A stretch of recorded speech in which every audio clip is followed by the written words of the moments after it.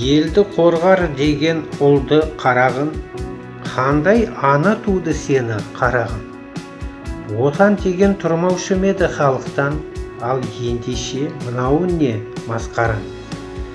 Қорғар деген ұлдарын сені сүйресе, туған балан қол көтерсе өзіне, қалай ғана жерді басып жүрміз біз, өз ұлдарын өзіне қол көтерсе. Тумағанын жақсы еді бүйткенше, туылмастан туа шөкші ендеше. Сенің туған анан сенің қара бет, қол көтерген өз халқына өлшенші. Тексіз екен сенің анан зез өкше, сатқын әке-шешелері екенше. Намысы жоқ ойнастардан туылған, тексіз арсыз қара бетсін өлгенше.